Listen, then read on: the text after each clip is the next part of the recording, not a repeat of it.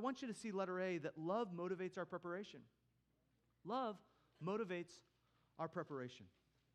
Look at what it says in verse 7. It says, and the wife made herself ready. Now, if you've ever seen a wedding and you see the bride come down the aisle, and if the guy is worth his salt, he's beaming. Why? Because she's never looked so pretty.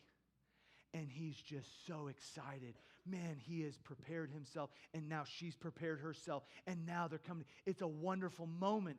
But it was a moment that love was the one that motivated the preparation. You don't get prepared for your wedding because, well, I got to go to this. What do you got to go to? My wedding. Pray for me.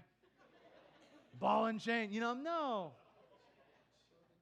That's not the attitude at all. It's like, no, I get to do this. Like, this is awesome. This is, many would say, greatest day of your life.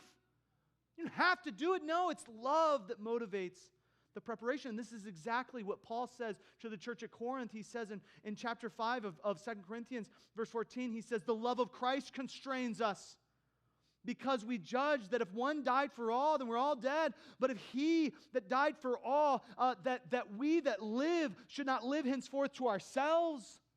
We're not supposed to live for ourselves, but unto him which died for them and rose again. Listen, if you are living for yourself, you are shortchanging yourself. You are made to live for yourself. You are made to live for him.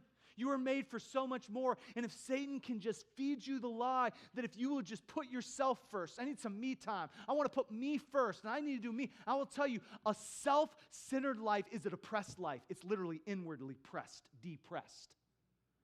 And so God is calling us out of that to say, no, I love you. And when you're focused on me, everything falls into place. Like literally, when you're focused on Christ and a love for him, it will help your heart. And see, sin, Paul David Tripp says, causes us to live for ourselves, but grace empowers us to live for something bigger than ourselves. It calls us out of that life. So don't live for this life, but prioritize what will matter for all of eternity. You see, in the Christian life, eternity is everything.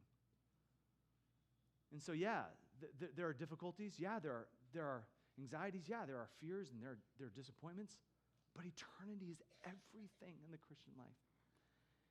And so are you doing, are you giving, are you serving, are you investing in things that will outlast you, that will live on for all of eternity? So love motivates our preparation, but then letter B, and we're done. Love produces purity. Now in verse number 8, it says, and her, the bride of Christ, us, the church, were Christ's bride. To her was granted that she should be arrayed with fine linen, clean and white. For the fine linen, what the bride is wearing, guess what it is? It is the righteousness of the saints. And so you say, well, what am I going to wear to the wedding? This verse right here, Revelation 19:8, is why brides wear white.